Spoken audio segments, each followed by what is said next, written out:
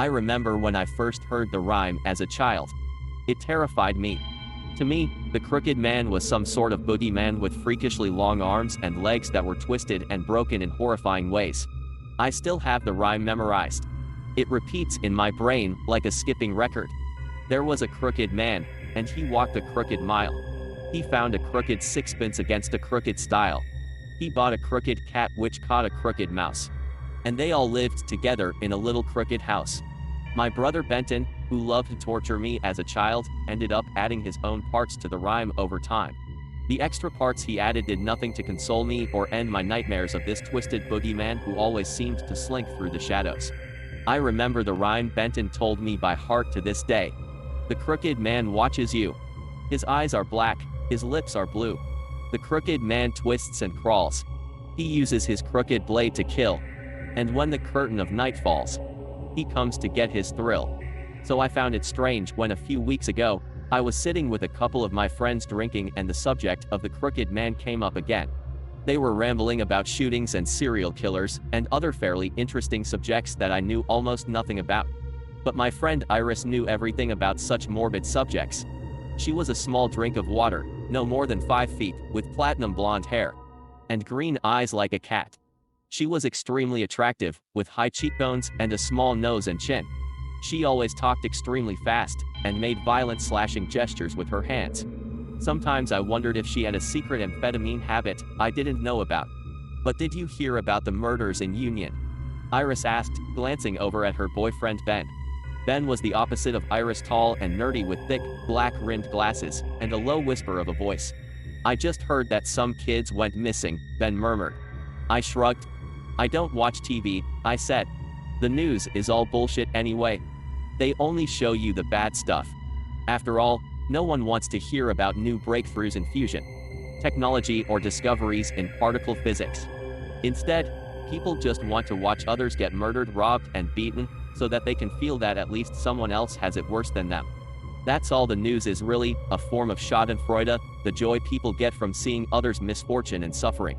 Our entire media industry is built on a foundation of schadenfreude. I took a long sip from my beer, a harpoon that tasted like pure raspberries. Iris rolled her eyes. While probably true, I don't care, she said, turning her green eyes on me. Don't you want to know what happened to the kids? I do, Ben said, leaning forward. Was it something supernatural? Iris gave a sardonic laugh at that. Ben sat back offended. What's so funny? I heard there was weird stuff going on around that factory. In fact, I heard they used to manufacture some dye there for clocks and stuff, right? So all these people went to work, painting watches and clocks, and whatever else they told them to paint. It was this special green dye that would glow in the dark. The factory was staffed by mostly women, and I heard they used to lick their paintbrushes to form them into points. They figured this stuff was just regular paint that glowed in the dark. I leaned back, interested. Ben started talking faster, getting more animated. So what happened? I asked, my curiosity piqued. Well, the workers started getting cancer and dying in huge numbers, Ben continued as the kitchen lights sparkled off his glasses. One woman even had her entire jaw rot off. Others had pieces of their faces falling off. So it turns out they were using radioactive isotopes to make the paint glow. And these women were just licking the paintbrushes and touching the paint. Holy shit, I whispered, horrified. They called them the Radium Girls, Ben said. That factory killed hundreds and hundreds of people. That's why a lot of people think it's haunted. People claim they see ghosts and weird shit around it. And that's not all. The case gets even weirder when you look at workers' families. It seems a lot of their kids went missing, too. The cops never found any of them. The entire time the factory was operational, and even after it shut down, the families of the workers kept having strange things happen, children disappearing from their bedrooms in the middle of the night, strange murders and unexplained suicides that kept killing off healthy, normal people all over town. So anyways, Iris continued, looking slightly annoyed at the interruption. The kids that went into that abandoned factory were all found torn apart. Their limbs were all amputated and crooked. She leaned forward, using her spooky campfire voice. And the limbs were long. Freakishly long, as if they had just grown overnight to inhuman lengths before they got lopped off. But they never found the heads or the torsos.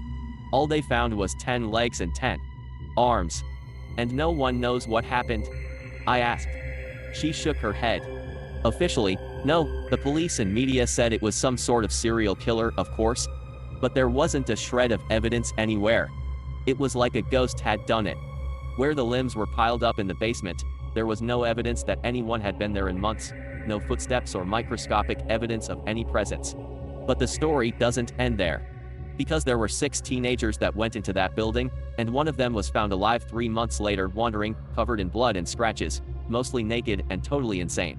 One of my friends is an EMT, and she said that the kid would not stop talking about the crooked man taking his friends and keeping him prisoner in some other world. At the mention of those words, the crooked man, a chill went down my spine. My heart felt like ice. What did you say? What did the kid say? I asked anxiously. Suddenly the room felt very hot, and the alcohol was not sitting well in my stomach. He said he got kidnapped by someone called the Crooked Man, Iris repeated, taking a long sip from her wine. According to the kid, it was some sort of fucking monster, apparently. I think his mind must have just snapped. He was probably kidnapped and held in the basement of some serial killer for 3 goddamn months. Who knows what he saw and experienced? People make up all sorts of crazy shit when they're traumatized. My hand was shaking so badly that I had to put my bottle down on the table. For some reason my mind kept flashing back to my sister, Emilia, who had been kidnapped from her room in the middle of the night when my brother Benton and I were little. She had never been found. We had never gotten a ransom note or found a body. It was as if Emilia had simply disappeared, vanished from the surface of the planet in an instant. I think some of that stuff is real, Ben said. People have been talking about cryptids and ghosts for thousands of years across countless different and unrelated cultures. What are the chances that all of them are just hallucinations or delusions? I didn't know, but I thought I might know someone who might. My brother Benton was a long-term drug addict living in a floffice. I went to see him the next morning. He opened the door with a glazed, half-aware expression. Scars covered his arms and legs. He looked like a walking skeleton. His eyes shone like the last bit of water at the bottom of a dying well. "Jack," he said, surprised, appearing to wake up slightly. "What are you doing here?" "I need to talk to you," I said, pushing past him into the one-bedroom place he called home. A cockroach skittered across the wall. As he closed the door, I saw bites from bedbugs all over his body. Benton turned, spreading out his hands. "Well, what is it, little brother? You know, I'm all ears." "You remember that rhyme you used to scare me with when we were little?" I asked. "That rhyme you made up about the crooked man?" He seemed to go a shade paler. "I didn't make anything up," he said. "That rhyme came from Grandma. She told it to Dad when he was little before she died." "Grandma?" I asked, startled. Our grandmother had died of cancer when she was extremely young, in her late 20s. "Did you hear about the murders over in Union? The survivor was talking about the crooked man." "That's pretty freaking weird, man," he said. "Especially considering what happened to Grandma and Emilia, you know." He sat down on the threadbare mattress, laying back and sighing. "Why is it weird?" I asked. "Because, you know, that's where Grandma used to work. At that factory in Union." "Didn't Dad ever tell you?" I shook my head, feeling sick. "So Grandma was one of the radium girls?" I said. My brother shrugged his thin shoulders, the stained t-shirt clinging tight to his frail body. "I don't know what that is, but whatever she was doing there, it killed her." "But what does that have to do with Emilia?" I asked, my heart pounding at the mention of our long-lost little sister. He shook his head in wonder. "You don't remember. You were older than me when it happened. Before she went missing, she kept talking about the same thing, saying weird stuff about some crooked man. Don't you remember what happened the night she went missing?" I thought back, but it all seemed like a blur. I remembered flashing police sirens and my parents screaming. I had tried to block it out, but apparently Benton hadn't been able to. That night must be like a fresh wound on his mind all the time. "No, I just remembered screaming and police," I whispered, my voice trailing off into nothing. Benton leaned forward on the bed, looking sick. "We both saw it," he said. "The crooked man, that thing she was talking about. It was real. We saw it in her room that night when it took her." I shook my head, refusing to look at him. Feeling sick, I walked toward the door without looking back. "Where are you going?" "I'm going home," I said. "I can't deal with this shit right now." But that night, I would find out that the long-lost nightmare from my childhood was not nearly as buried in the past as I thought. I was laying in my dark bedroom, reading the local news on my phone when I saw an article that disturbed me greatly. I sat up, looking out the window into the cloudless night. The sky hung overhead like a black hole, colorless and empty. Fear radiated through my heart as I glanced back down at the screen and started reading. "Sole survivor of serial killer commits suicide," the article read in garish black and white letters. Michael Galentino, 18, was found dead in a psychiatric facility early this morning. In February, Michael Galentino and 5 others entered a local abandoned building. Friends who knew them stated that they often explored abandoned structures as part of an urban exploration group. But this would not be a normal night for the group. They all disappeared, and within 24 hours, police and search teams had been dispatched to look for the missing teenagers. The house was silent. I read the rest of the article with bated breath, my eyes wide. Some of the details I already knew, but others, such as the radioactive isotopes found on the dismembered limbs of the victims, I did not. I wondered about that. The police claimed that, after finding this strange clue, they had sent a team to inspect the abandoned factory with Geiger counters and look for signs of radioactivity. Perhaps the radium, which had a notoriously long half-life, had accumulated on the surfaces over the decades. But they said the radioactivity within the building was all within acceptable levels. It was just another bizarre piece of a puzzle that no one could solve. The house was deathly silent. I could hear my own heart beating a runaway rhythm in my ears. A rising sense of anxiety was filling me, but I didn't know why. It felt like some sort of pressure had changed all around me, as if the first wave of a massive blizzard had just blown into the room. I heard a creaking from across the dark room. At the same time, I felt a sting on my arm. I looked down, seeing a bedbug crawling across my skin, a small red welt rising in its wake. "Fuck!" I swore, grabbing it between my fingers and slicing it between my nails. Crimson spurted from its swollen body, as if it were a tiny balloon. It exploded, staining my fingers red with my own blood. I should have never gone to see my brother. "Goddamn bedbugs," I muttered to myself. I hoped that was the only one. If I had picked up some extra travelers at the floppies, I knew they would spread throughout the entire house within days. The creaking came again, louder this time, almost insistent. I glanced across the curtain of shadows that hung thick and black in the room, seeing the dark silhouette of my closet door swinging open. I could only stare, open-mouthed. A long moment passed, and then I heard breathing. It came out, ragged and slow with long pauses, like the choking of a murder victim. Slowly, I raised my phone's dim light, shining it across the room. On the closet door, I saw 4 inhumanly long crooked fingers. They shone pale like the skin of a corpse. They twitched, then started rhythmically tapping on the door. And then I heard it, that rhyme, that horrible gurgling rhyme. It came echoing out from the door in that same choked voice, like a forgotten wound from long ago. "The crooked man watches you. His eyes are black, his lips are blue."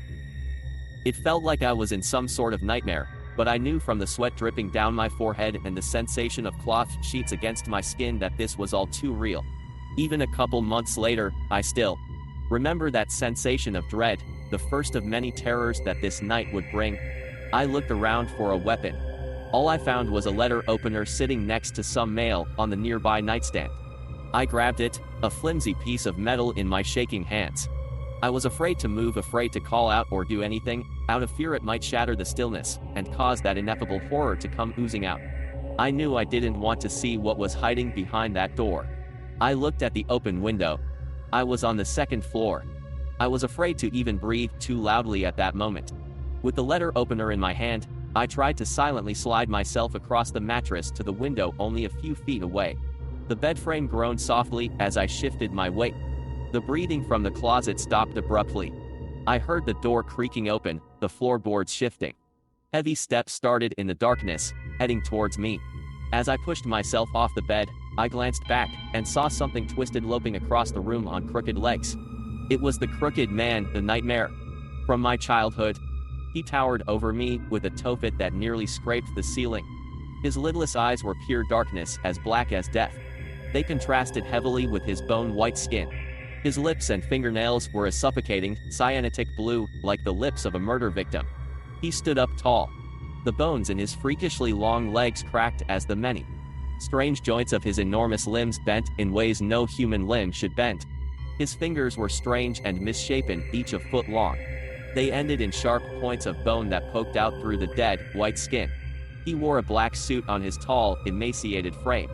He moved towards me like flashing static, seeming to disappear and reappear closer and closer in every moment. In panic and terror, I dived headfirst toward the open window, hearing the gurgling breathing of the crooked man only a few feet behind me. I felt slashing talons of bone rip across my back, a burning pain and a feeling of blood soaking my shirt. Then I was flying out the window and falling headfirst towards the grass and bushes below. Time seemed to slow down as the ground rushed up to meet me. The wind whipped past my ears like the currents of a tornado. Instinctively, I tried to curl into a ball. As I smashed into the first of the bushes under my window, I rolled to try to put the brunt of the impact on my right shoulder. The thin branches of the bush crumpled under me like wet cardboard. I felt sharp sticks stabbing into my skin, opening up new slices and cuts to mix with the deep gashes on my back. I hit the dirt hard, a sudden pain radiating through my back. A jarring sensation crashed through my body. I rolled as I hit the ground, smacking my head into the lawn. The world spun around me and went dark. Suddenly, I was somewhere else. I found myself standing in a dark factory surrounded by debris. Broken glass covered the floor, twinkling like fireflies under the light of the distant streetlights outside. Strange graffiti covered the concrete walls all around me. "Don't look behind you," one of the tags read in slashing red letters. Underneath it, someone had spray-painted pure black eyes over a massive grinning mouth full of crooked black teeth. "Destroy it with fire. Save your soul," another one read in small blue letters. I ran my hands over my face, wondering if I was dreaming. This all felt so real. I could feel the gentle breeze blowing through the broken windows on my skin, hear the rhythmic chirping of crickets outside. I heard soft sobbing behind me. I remembered the first graffiti tag I had seen, and a sense of panic gripped my heart. I did not want to look back. "Fuck," I swore under my breath, trembling as I turned. But I didn't find some eldritch monstrosity with obsidian teeth and black, lidless eyes waiting there. Instead, I found a woman. She was crying, her back turned to me. She wore a black funeral gown that looked ancient and decayed. With a trembling heart, I took a step forward, wondering if I would regret this. "Hello," I called out. She spun, her eyes widening. In front of me stood a pretty blonde woman in her mid-20s, one that I immediately recognized. For I saw many of my own features reflected in that panicked face, the high cheekbones, the large chin, even the waviness of her hair. "Grandma," I whispered, looking around in wonder. "What is this? Am I dead?" She shook her head, her eyes still wet and red. She took a deep, shuddering breath and gave a faint smile. "Jack," she said in a soft, melodic voice. "I'm so happy to see you. I've been watching you. I've been so proud of you. Even though we never met, I want you to know that. I wished I could have lived longer, could have met you. If only I hadn't been murdered by that thing." She spat, the last word with hatred and fear oozing from her voice. "I thought you died of cancer, Grandma," I asked. "What do you mean, he killed you?" She shook like a leaf in the wind, refusing to meet my gaze. "Everyone in that place was touched by something evil," she murmured, putting her face in her hands. Her voice quavered like a frightened little girl's. "The sickness radiated from that thing. It followed us like a cancer, made us weak, and then took our breath away. After the long torture was finished, he came to strangle me. He didn't just kill me, Jack. He murdered my sister and brother too. I saw it." Her head ratcheted up, looking behind me all of a sudden. Her eyes widened in terror. "You need to kill it, Jack," she whispered grimly. "He's woken up again after all these years, and he's starving. The crooked man must feed, and feed he will if you don't stop him. You need to come to the factory and end it. Otherwise, he will keep on killing. The crooked man will never stop hunting you. He will kill you and everyone you love." "How?" I asked, afraid to look back as the disturbing sounds grew closer and closer. Grandma backpedaled quickly, as if the demons of hell were approaching. "How? How do I end it?" I heard a horrible, choked breathing behind me, then the world faded. I woke up suddenly on the lawn, my head pounding. It didn't seem like much time had passed. I must have knocked myself out. I raised my fingers to my forehead. My fingers came away slick with blood. For a long moment, I lay there, hyperventilating and looking up at the cloudless abyss of a sky. My body felt bruised and battered, and I wasn't even sure if I could walk. Then I saw a pale, hairless visage peeking over the edge of the windowsill with eyes as dark as night. Its face split into a grin with a crack, making a sound like ripping plastic. The bone-white mask of dead skin looked at me with a feverish intensity, a kind of psychopathic hunger that radiated from every pore of his body. With horror, I saw the crooked man's teeth were as black as his eyes, gleaming like polished jetstone. A rush of adrenaline pushed me up from the ground. I realized I was tremendously lucky that I had been laying there with my keys still in my pocket, and my cell phone in hand, fully dressed except for the fact I was wearing slippers. I sprinted across the lawn towards my car. I heard the crooked man scream out after me. "You'll be with grandmother soon, Jackie boy," he hissed in his gurgling voice. "No one escapes. No one." I flew down the highway in my car, the phone in my trembling hand. Looking down at it, I called Iris right away. She answered groggily. "Hello," she said. "Jesus, Iris, it's after me," I said frantically. "Something's happening. I got attacked in my own bedroom." "Did you call the cops?" she asked, seeming to wake up instantly. I looked down at the clock in the center console, seeing it was already past midnight. It wasn't a person. I saw something. I think it was the same thing that took those teenagers, and now it's after me. "Are you guys home?" There was a long pause on the other end. I heard whispering in the background. "Yeah. Sure, come over," she said. I knew. Ben was somewhat of a gun nut, and had a nice little collection at the house. I would feel much safer if I made it there. And if I had them on my side, that would be all the better. Ben and Iris lived in the middle of a back road surrounded by forests. The dark trees loomed overhead like priests with their heads bowed. The light from their front porch streamed into the creeping shadows as I pulled into their driveway. The sound of the car idling seemed far too loud. In this place where the woods closed in all around me, I didn't know what was hiding in those trees. I immediately shut it off. Ben was a veteran who knew much more about combat and guns than I did. His collection was also somewhat impressive: an Armalite AR-15, a Judge, a 12-gauge Benelli, 2 crappy little .22s, a .45 Ruger, a Nosler 21 and a 10-gauge Mossberg. I had gone out shooting with him and Iris quite a few times. I would feel much safer once I was inside. The cloudless black sky hung overhead like the lid of a coffin. Their little 2-story place with the wraparound porch looked quaint, almost like a little rural cabin. I stumbled out of the car. I'm sure I was quite a sight, battered and covered in clotting gashes and cuts, my eyes wide and panicked. I constantly looked around, checking my back. Every time I did, I expected to see something there, something close by with blue lips like a corpse and deformed, twisting bones. I had nearly gotten to the front of the house when I saw, through the narrow side lights at top of the door, the face of the crooked man standing only feet away. I heard faint gurgling of his diseased breathing even through the wall. His hairless face was split into a grin like a death's head, his lidless eyes bulging and excited. He raised his misshapen fingers to the window and gave me a little wave, opening and closing his fingers slowly. Then he turned and disappeared deeper into the house. I immediately tried opening the door to yell to Iris and Ben to watch out, but the door was locked. I called Iris. Each ring seemed to take an eternity. Finally, she answered. "Hello. What, are you here?" she asked. "Iris, get the fuck out of the house. You and Ben aren't alone in there. There's a man coming in your direction right now." I screamed, panicked. "Jump out the window if you have to. It's coming." "What?" she said, sounding alarmed and confused. "Are you being serious?" I heard soft murmuring in the background. "Tell Ben to grab a gun right now." I started to say, but a high-pitched scream carried through the phone and the house at that moment. "Iris, Iris, answer me," I said. The call immediately went dead.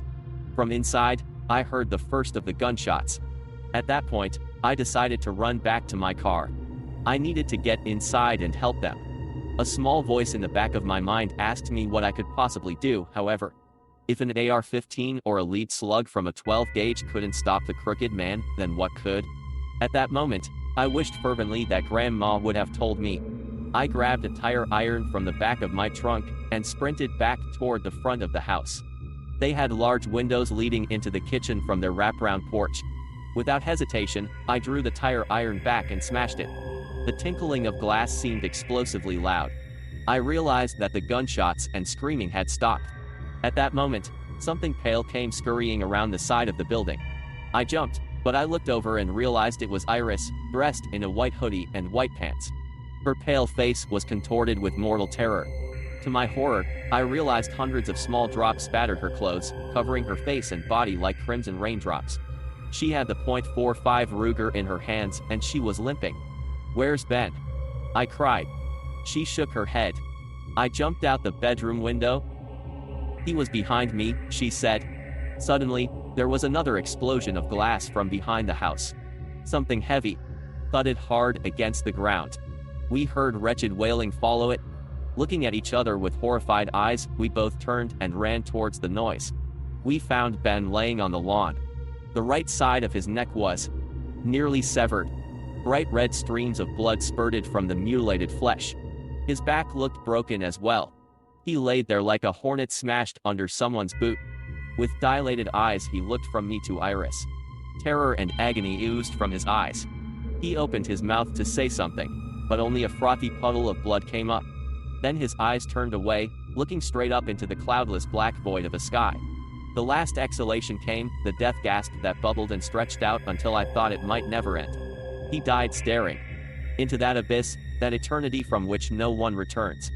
I grabbed Iris and pulled her toward the car. She stood like a statue, resistant and unmoving.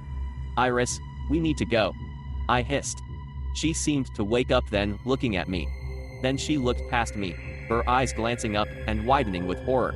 I turned, seeing the crooked man peering down from the upstairs window, his tofet balanced on his alien skull, a grin of sadistic glee marring his face. "We need to leave," I repeated, pulling her.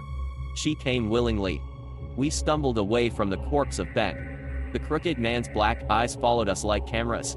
I got her in the car and peeled out of there. Every time I closed my eyes though, even just to blink, I would catch a glimpse of the crooked man's smiling visage. "Where are we going?" Iris called. "We need to call the cops. My phone is upstairs on the floor somewhere." "The cops aren't going to help us," I said. "That thing isn't human. It can go wherever it wants apparently. You think a police station would protect us? The cops would leave for a few minutes and come back to find us dead. We need to end this. We need to go to the abandoned factory." "The abandoned factory?" Iris asked, confused. I told her the story, everything that had happened up to that point, even the vision of my grandmother. "That's fucking nuts," Iris muttered. "This whole thing is crazy. There's no way there's actually such a thing as a crooked man. Shit like that doesn't happen in real life. It's gotta be a serial killer in some sort of weird costume." "You know it's not," I answered. "You saw that thing. That's no mask." I sped on the highway at 100 miles an hour toward Union, toward the abandoned factory where this had all started so many years ago. As we pulled into the cracked lot surrounding the old, run-down building, a sense of overwhelming dread crashed through my chest. I felt like I was stuck in some cyclical nightmare from which it was impossible to wake up. I pulled out a cigarette and lighter from my cup holder and lit it. Iris gave me a strange look. "This is probably my last cigarette," I said. "Might as well enjoy it." Iris didn't say anything, her dilated eyes simply flicking around randomly. She looked like she was still partially in shock. Slowly, she got out of the car, limping across the parking lot by my side. "I hurt my ankle when I jumped from the window," she said. "I don't think I'm going to be doing much running. It feels swollen." "I'm just glad you still have the .45, I said. "Though I wish you had grabbed the AR." She shook her head. "Ben shot that thing with a 10-gauge shotgun in the chest. With a slug," she said. "It didn't work. The pistol might slow it down, but it's not going to kill it. We need to find another way." I remembered the graffiti in the factory, "Destroy it with fire. Save your soul." We found a threshold in the back where the door was totally knocked off the hinges. It lay on top of crunching shards of glass and layers of thick dust. Old rectangular tables were still nailed into the wooden floor, their surfaces pockmarked and covered in grime. Most of the windows had giant spider webbing. cracks running through the glass, though some were just smashed entirely. I had never been here, but as I walked further in, I realized it was exactly the same as I had seen in my vision with my grandmother. Even the same graffiti was there. "Don't look behind you," was splayed across the wall in giant letters. "Fuck, this place is creepy," Iris whispered. She held the Ruger clenched tightly in her hand, her knuckles white. "Where do we go?" "I'm not sure," I said. "I think we're supposed to burn something. Maybe we should just burn down the whole factory." Iris gave me a funny look. "That's your plan? Lighting an abandoned building on fire?" she asked with an expression of grave concern. "Let's look around," I said. "Maybe we're supposed to find something." We descended deeper into the factory, through more identical rooms that looked like they were from the apocalypse. At the end, I found old concrete steps leading down into the pitch-black basement. I pulled out my cell phone, shining the LED light down the steps. Iris gave me a worried look. "Let's go," I whispered grimly. I felt watched here, even more than at Iris' house. I knew the crooked man was near, biding his time, playing with his food like a cat with a mouse. The steps led into a concrete boiler room with ancient, rusted machinery still welded into the floor.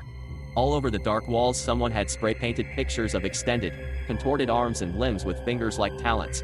There was a smell down here, too, a smell like rotting bodies. As we got to the center, I heard crying behind us. I turned to see my grandmother, pale and ghostly, crying into her hands. "Grandma?" I whispered. Iris looked at me, confused. "Who are you talking to?" she asked. I shook my head. My grandmother looked up at me, fresh tears in her ghostly eyes. "Jack, you need to burn it," my grandmother said with a quaver in her voice. "The corpse of the owner, the one who killed us all, it's hidden in the surge pump. We came together to end it, to end the deaths, but it didn't stop it. Somehow, he's still connected to this world through that body. It's been in there, festering like an open wound for who knows how long." I looked at the surge pump across the room. Iris could apparently neither see nor hear my grandmother. "It's in there," I murmured, pointing at the pump. "We need to burn the body hidden in there." The surge pump had valves and a giant wheel at the end. It was a horizontal cylinder that looked just big enough to stuff a man's body into. The rusted pipes grew smaller as they crawled up the wall. I put my hands on the rusted wheel and turned. It looked like something from a submarine door. With a squeal of tortured metal, the surge pump began opening. It was difficult going. Iris came and put her small body behind it, and I felt it turning faster. "How are we going to burn it though?" I asked myself, grunting through the effort. Looking behind the surge pump, I found the answer. A fairly fresh dead body lay there, hidden under the metal of the surge pump, holding a small can of gasoline. It looked like a young man in his 20s with dark hair and tan skin. His arms and legs had been ripped off, and now only a decomposing torso and head remained. "Another victim of the crooked man?" Iris asked. "He was so close." I wondered at that moment how many others had been drawn here, how many victims the crooked man was hunting. I grabbed the gasoline. I heard a skittering of feet behind us. Iris backpedaled and gave a horrified scream. In terror, I looked behind us and saw the crooked man flanked by the transformed bodies of 7 children. Their arms and legs had all grown inhumanly long, bending in strange places like crooked stalks. Their faces had become like the crooked man's, their eyes black and lips blue, their teeth long and dark, their movements jerky and eerie. Iris raised the Ruger. In that concrete tomb, the gunshots reverberated like exploding missiles, deafening me. With waves of adrenaline shaking every muscle in my body, I swung the end of the surge pump open. Stuffed into the narrow metal steel tube, I saw a mummified corpse covered in tattered rags. Its grinning skull was a mass of cobwebs and dead insects. I unscrewed and overturned the gas can, then pushed it quickly into the tunnel. It just fit through the narrow enclosure. The gunshots ended as abruptly as they had started. Beside me, Iris was still frantically pulling the trigger, her face a broken mask of shell shock. I dared not look back as I pulled the lighter out and flicked it. With my ears ringing from the gunshots still, I couldn't hear a thing, though the ringing had started to slowly fade. A wave of cold, dead flesh crashed into my back. I went flying forward. Next to me, Iris threw the empty pistol at the nearest of the transformed children. It smacked the boy in the head with a dull crack, but his black, lidless eyes never looked away. As I fell, The lighter touched the edge of the surge pump. A few drops of gas ignited, sizzling and dripping in liquid flames. After what felt like an eternal moment, the rest of it lit up with a whump and a flash of burning heat. The crooked man started wailing, a tortured, diseased wailing that seemed like it had the voices of many screaming children mixed in with it. I knocked hard to the ground, slamming my head against the concrete floor. 4 of the children used their bent, stick-like arms to gingerly pull the burning mummy out of the metal tomb, their claws, talons of fingers grabbing the burning flesh without hesitation. On the other side of the room, the form of the crooked man started to blacken and drip as his mummy did the same. Next to me, a transformed girl in blood-stained rags held Iris' arms tightly behind her back. Iris gave a scream of pain. I saw the demonic girl biting at Iris' neck and shoulders over and over with her long black teeth, ripping off strips of bloody skin and muscle between her blue, dead lips. She grinned as she bit and chewed. Iris struggled like a woman being burned alive, but the superhuman strength of the girl held Iris' wrists pinned together behind her back with an iron grip. With the sound of hissing flames and shrieking echoing all around me, I watched as the children laid the burning body of the crooked man gingerly on the concrete floor.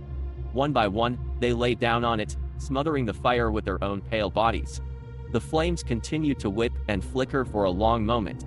The children's bodies caught on fire, their white skin blackening and cooking. Even as they burned, though, the fire on the crooked man's body had started to die down, and the mummified corpse wasn't even most of the way burned yet. No. I wailed, a sense of deep loss ripping its way through my heart. I saw Iris, too, her entire body covered in blood, her white clothes turned ruby red with blood and gore. She had stopped screaming and struggling by this point, even as the girl leaned forward and ripped her left ear off with her predatory teeth. The flesh gave a sickening, tearing sound as it came off. Iris' eyes rolled up in her head, showing only the whites as her teeth chattered. The demonic girl laughed and pushed the limp form of Iris forward. Her still body spurted blood from dozens of deep gashes. Her legs and arms twitched, as if she were seizing. I found myself alone with these abominations. The crooked man's screaming stopped suddenly. He stepped forward, his bleached white skin blackened and peeling now. His clothes had nearly burned off, and his tophet stood as a smoldering pile of ashes. Yet he still moved fast, seeming to disappear and reappear closer and closer, his misshapen legs jerkily skittering to the left and right in rhythmic cracks. Then he was standing over me, a pillar of burnt skin and insanity. With his sharp fingers, he reached down and grabbed me. I blacked out at that moment, and merciful oblivion took over my mind. I don't remember much of the next couple months. I woke up in some strange, otherworldly city where the sky rained fire and corpses hung from lampposts all down the street. Empty skyscrapers filled with skeletons and spider webs stretched around me, seemingly forever. I could see no end to the city in any direction, even from the top of the highest buildings. The world there was always dark, the sky always black and cloudless as drops of burning flame fell from it, searing me whenever I tried to go outside. I wandered there constantly, the crooked man always behind me. As I wasted away in that land of shadows, he grew stronger, his body healing slowly. I felt something vital and deep within my heart drained more and more day by day, until I was no more than a walking skeleton clad in rags, hopeless and insane. After what felt like an eternity of endless nights in that place, waking up to see the crooked man grinning over me, it abruptly changed. One day, I woke up at the edge of some woods in a light drizzle, the rain soaking my threadbare clothes. My emaciated body shivered constantly. I started crawling out to find help. With the last of my strength, I pushed myself off the ground. Behind me, I heard a gurgling voice ringing out from every tree. "I'll be with you until the end, Jack. I need you just as you need me. For the more who know my story, the more fear will spread, and I will be able to come into their homes next. For this, you must live. But I will always be watching you, and soon, we will be reunited. To me, you must always return." A driver found me wandering the roads. Shell-shocked and half-mad about 20 minutes later. The police came, surprised to see me still alive. Apparently, I had been missing for over 2 months. They had found the bodies of Iris and Ben, and assumed that I had been abducted and killed by the same serial killer. I tried to explain the true story over and over to anyone who would listen, but they simply gave me sickening looks of pity and ordered an involuntary commitment to a psych ward. After a few days in the psych ward, they reluctantly released me. No one believed a word I had said. The cops thought it was some sort of mass psychosis, I'm sure, some urban legend that delusional idiots had come to believe was real. But I know it was real. I know my days are numbered. It might look like a suicide or a murder or an accident, but in the end, the crooked man always comes back and takes what's his.